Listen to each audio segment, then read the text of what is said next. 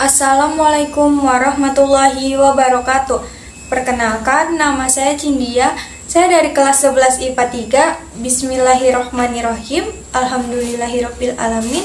Wassalatu wassalamu ala asrofil anbiya'i wal mursalin wa ala alihi wa sahbihi ajma'il amma ba'du. Puji dan syukur marilah kita panjatkan atas kehadirat Allah Subhanahu wa taala yang telah memberikan kita nikmat dan hidayahnya sehingga saya dapat menyampaikan materi tentang asuransi syariah. Semoga teman-teman yang menyaksikan dapat memahami materi yang saya sampaikan. Dalam bahasa Arab, asuransi dikenal dengan pertanggungan, perlindungan, keamanan, ketenangan, atau bebas dari perasaan takut. Dalam Islam, asuransi merupakan dari muamalah. Dasar hukum asuransi merupakan fis.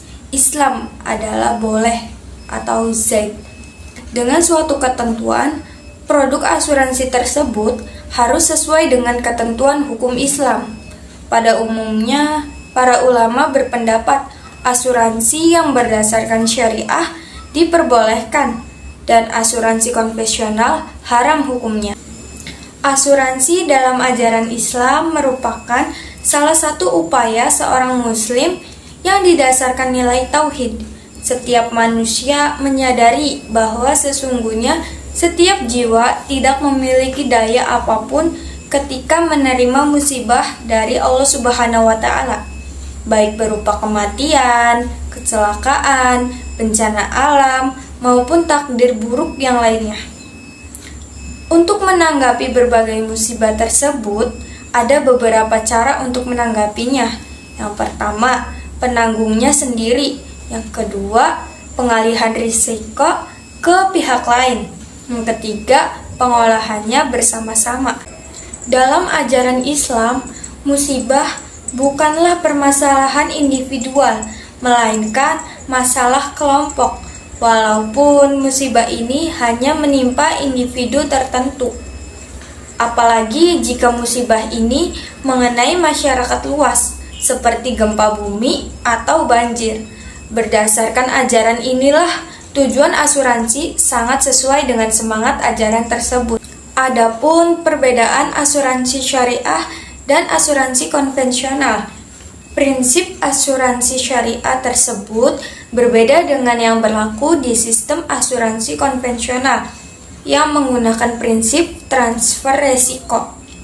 Seseorang membayar sejumlah premi untuk mengalihkan resiko yang tidak mampu dia pikul kepada perusahaan asuransi. Dengan kata lain, telah terjadi jual beli atas resiko kerugian yang belum pasti terjadi. Disinilah cacat perjanjian asuransi konvensional, sebab akad dalam Islam masyarakat adanya suatu yang bersifat pasti, apakah itu berbentuk barang ataupun jasa.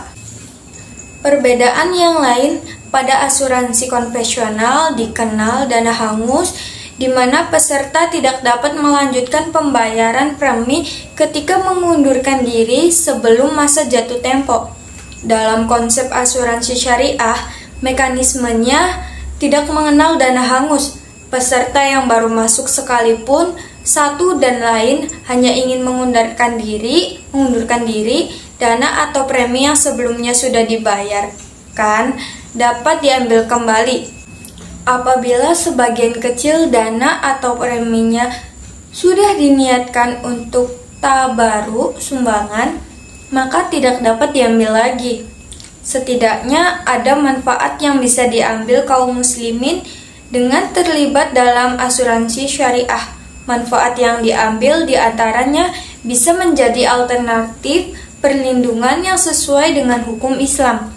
Produk ini juga bisa menjadi pilihan yang memeluk agama lain yang memandang konsep syariah lebih adil. Syariah merupakan sebuah prinsip yang bersifat universal sehingga semua pemeluk agama dapat menggunakannya. Hikmah berasuransi yaitu melindungi dan menolong sesama. Jadi, pemilik polis bukan hanya memberikan perlindungan pada diri sendiri sebagai peserta asuransi. Semoga teman-teman dapat memahami materi yang saya sampaikan.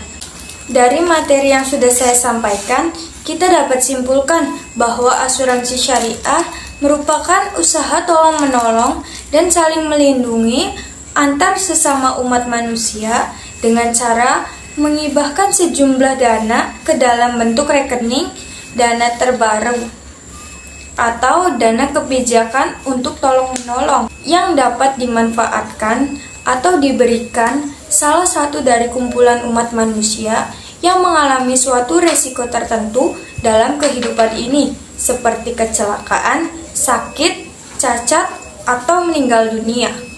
Subhanakallahumma wa bihamdika asyhadu alla ilaha anta astaghfiruka wa atubu ilaik.